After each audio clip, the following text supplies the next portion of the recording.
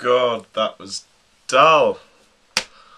Hi, I'm Felix Jones, Lego Cheetah, and I've just got back from seeing The Ultimate Spider-Man.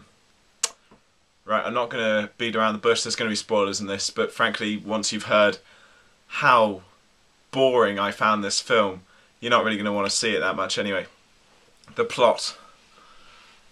Oh god, it's just the same Spider-Man. It's the first Spider-Man film played over again, but slightly different.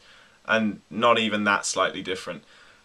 We've got Peter Parker gets bitten by a spider, becomes Spider-Man. We've got the love interest, madman scientist who turns himself into a monster and becomes the villain. Then Spider-Man defeats the villain. Then he dumps the love interest, and then we end with a monologue and him swimming across the city. It's the exact same thing. We even have Uncle Ben's death again, but that was pretty predictable. Yeah, so I really did not like this movie, and I'm just going to go over pretty much a few things. Frankly, I mean, I'm going to try and make this an interesting review, but with what we've got, it's going to be interesting, don't I? Anyway, let's get going. Got the start of the film, and we see Spider-Man as a young boy. Peter Parker, we see him as a child, with his parents, and we see them leave, which is interesting, so we're actually finding out a bit more about their backstory. But we don't actually, it doesn't add that much to the plot, seeing them come and go. It's very brief, they don't really say much, and then they're gone. It's pretty much the exact same thing they could have really have done without it. Yeah, his parents, I think his mum's played by the woman from Stuart Little, but anyway, I'll leave that aside. So we start off with the film, and we've got Peter Parker, he's a teenager now, and he's going to school, and, you know, all that crap. Anyway, first thing that I noticed was that it seemed like they were desperately trying to make a comedy out of this movie, because they'd filled it with jokes, lots and lots of really bad jokes, really cheap jokes as well, that, I mean, one or two of them actually really did make me laugh, like, every now and then, but mostly it was just me sighing at the film. I don't know really what they were going for, but I mean, like, take Spider-Man for example. In the Tobey Maguire films, he does make the odd stupid. He says the odd stupid thing like a Shazam very often, which wasn't funny. But in this, he continuously makes these wisecracks, and they get so boring, and you just end up sort of thinking that Spider-Man's a bit of a dick because he just keeps making these ridiculous jokes, and they're really not funny. It's quite annoying. Anyway, moving on from that. You've got your classic, oh yeah, there's a huge amount of he's stronger than he thinks he is jokes. Not just in the bit where he's slowly becoming Spider-Man, he's discovering his powers. In that it is sort of funny because it's necessary, it's part of it. But it happens constantly through the film. Even when you're past the halfway mark, we're still getting, oh my god, he's stronger than he thinks he is jokes. And they're really repetitive. Yeah, I don't know how old the actress of Gwen Stacy is. I really should look it up. I was going to, sorry. But she looks so much older than Peter does. Or maybe it's just the sound of her voice. I don't know. I look old for my age, so maybe I'm making an unfair comment. Okay, the scenes where he is finding out his powers, I mean, we all see this coming. Because it's part of every superhero film. When they first become the superhero, they're amazed they can do these things. They directly rip off Wolverine X-Men Origins, or X-Men Origins Wolverine. There's you know the scene where he has the knives for the first time in his hands, and he cuts up a bathroom sink. He destroys a bathroom.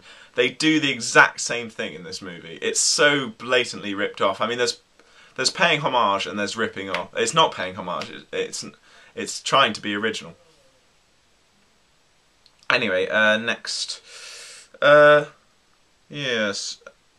Sorry, I'm looking through my notes. Oh yeah, we got him finding his powers, and he goes around. He actually uses them for fun at first, which is sort of understandable. Like he uses it to learn skateboard tricks, which I kind of like. But then he discovers that he can swing from things because of some really conveniently placed chains. It's sort of like in all the George of the Jungle movies and Tarzan, it's sort of like, how does he know that these vines are going to be there, luckily enough for him to swing off of them? Right. Uncle Ben. Okay, we all know. The parents, Uncle Ben and Aunt May, different actors, actor and actress, obviously. It's not really done the same way. I mean, we don't. Before Uncle Ben's death, I didn't really get engaged with this film. The bad jokes zoned me out pretty early on, and I found it really hard to get back in. So when Uncle Ben died, I felt no emotion whatsoever. I mean, we all saw it coming. He was plot device Chow from step one, and and Peter Parker's acting as the when his sad acting is pretty goofy. It's really quite stupid. Yeah. And thing is, several characters do die in this movie. Not really vital ones. And I just didn't really feel any emotion for any of them because I guess it was crammed in too early. It's sort of like, okay, this is going to be a spoiler. Gwen Stacy's father, or as we know as police chief, as in the comics. I don't really know much about the comics right now. Much like Batman, I don't know how closely this film followed the comics, but maybe it was all full of bad jokes. But anyway, we've got the police chief, Gwen Stacy's. He dies. He gets killed near the end after finding out that Peter is Spider-Man, which is something that everybody finding out that Peter Parker is Spider-Man. They quite cleverly did in the Tobey Maguire films. With they did it later on, so you know it was something that was really built up to this moment where they finally go, oh my god, it's brilliant, and they know who they are, and this is a whole new spin on the story. But the thing is, it's sort of like they were trying to shove everything in. I mean, I say it was the plot of the first one. It's the plot of the first one with a few dashes of the third one in. Spider-Man is a bit crap. Later on in the movie, he gets helped by several other characters. He's constantly needing help, and by the end of the film, he's getting quite weak, and he needs help again. Thing is, in Spider-Man 3, which this movie was actually worse than, in Spider-Man 3 we have we already knew that Spider-Man was strong, so when we saw him weakened, when we saw him being beaten up by Venom and the Sandman, that was actually quite powerful because we were used to him being a very strong character. It was like a fallen hero. But this guy never got up. It seems like he was always just that low. He was never very good. It was a bit like Steel in that sense. No, I can't compare it to Steel. If you don't know what Steel is, look it up. Anyway, carrying on. Yeah, it seemed like they were really rushing the plot a lot. A lot of it was crammed in. That was actually something that was quite good because I was looking at my watch by the end. I really was that bored. I mean, my expression by the end of this film was just... Anyway, yeah, so the choice of I completely got off of when Gwen Stacy's father dies. Yeah, that was also a very premature part, but that he spoke to Gwen Stacy's father as he's dying, but he didn't really speak to Uncle Ben. Uncle Ben just died. The monologue, the monologue, pre-death monologue of a character was much more important with Uncle Ben than it was with Gwen Stacy's father, because we had no emotional attachment to him whatsoever. I mean, they at least attempted. We didn't see much family interaction with Uncle Ben. There was one scene that was quite well done, where Uncle Ben is telling Peter about responsibility, etc. But that they don't really go into it as strongly. Yeah. So we have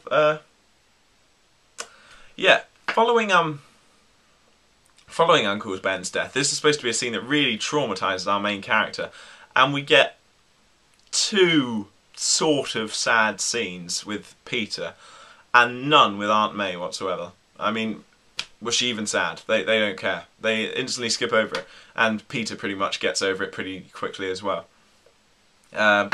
So Peter makes his Spider-Man costume. That's something I've always wondered. How is it that Peter in both versions is a fantastic graphic designer? How does he make these fantastic costumes?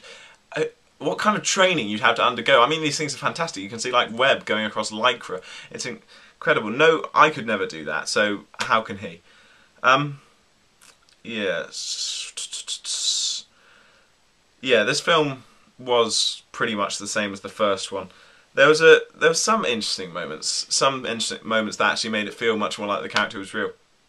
There was this one moment where you see Spider-Man is waiting for, he set a trap and he's just sat there and he's playing on his phone.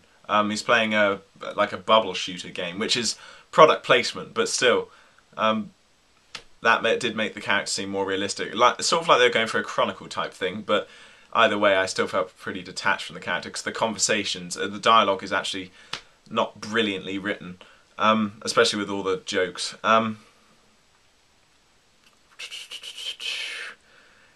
Yeah. What am I talking about? Oh yeah, there's one really interesting dialogue scene, which probably the only scene I really liked was when Peter is talking to Dr. Connor, who becomes the Lizard, obviously, but they're both out of character, they're out of costume and out of character, so it's quite interesting to see the two talk and then going away to become the monsters that they are, if we count Spider-Man as a monster, and then fighting each other again.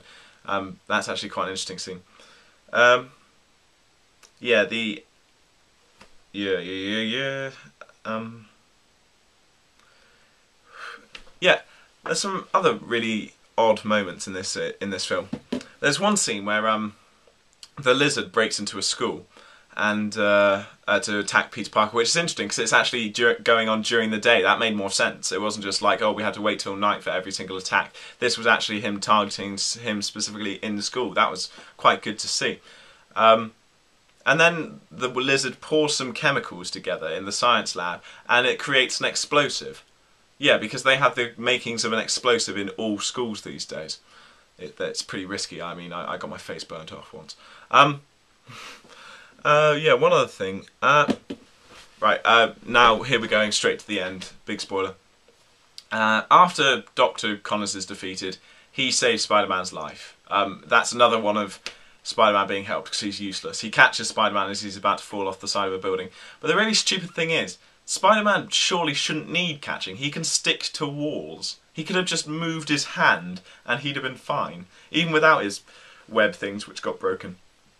Anyway, it didn't really matter. By that point I was so bored. I was so unengaged. And finally we got the end credits and I'm sitting there. I'm entirely uninterested. These black screen, white credits just flashing up.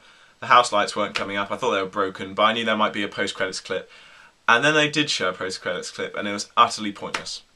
And then the house lights came up, and I just walked out, and it was so disappointing. I had high hopes for this film. I thought that they would do something really original. It's not like with Batman. I actually thought Batman might be bad.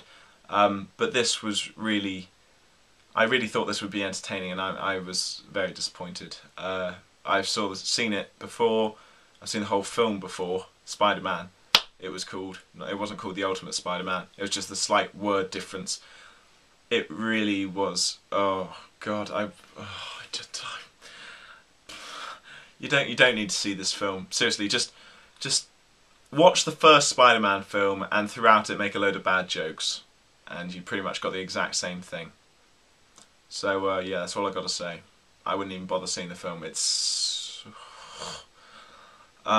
yeah, I'm actually a little bit angry about it. Not that angry though, because frankly I don't care.